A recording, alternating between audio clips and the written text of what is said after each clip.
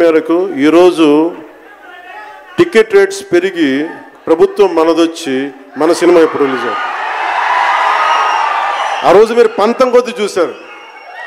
ఈరోజు ఆ రోజు పెట్టిన ఎఫర్ట్కి ఇది బయటకు వచ్చింది. ఇది దాని తాలూకు సత్తా మీరు చూస్తారు ఈరోజు. Okay, now will come back to the story of Harihara Veeramallu. Harihara Veeramallu ఇది నాకు చాలా ఇష్టమైన సబ్జెక్ట్. ఇది మనందరం చరిత్రలో చదువుకుంటాం. భారతదేశం ఎవరి మీద దాడి చేయలే, భారతదేశం ఎవరి మీద కూర్చొని ఆక్రమణం చేయలే. ఈ దేశాన్ని అందరూ ఆక్రమించుకున్నారు.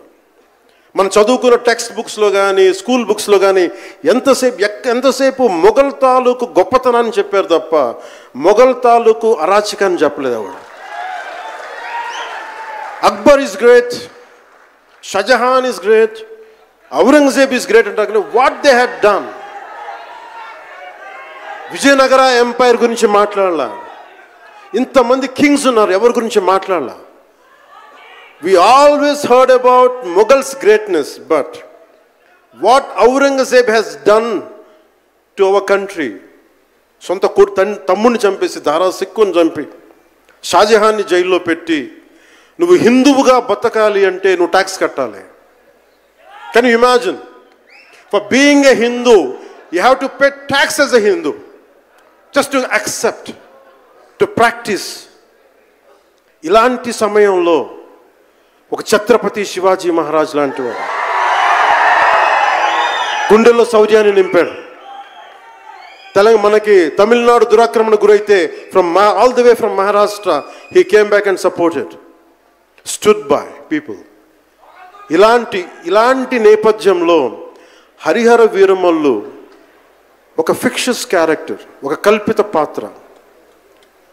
అలాంటి పాత్రలో సగటు మనిషి ఏమి చేసి ఉండొచ్చు?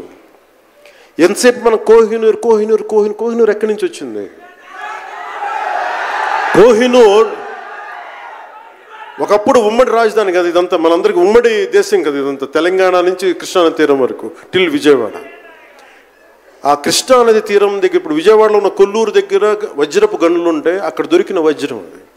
ఆ వజ్రం ఎక్కడి దాకా వెళ్ళింది? అది మన నిజాం నవాబ్ దగ్గరికి వచ్చింది. నిజాం నవాబ్ దగ్గర నుంచి ఆ మొఘల్కి వెళ్ళింది. రకరకాల ఫైనల్గా ఈ రోజున కోహినూర్ యూకే లండన్లో ఉంది, లండన్ మ్యూజియంలో ఉంది.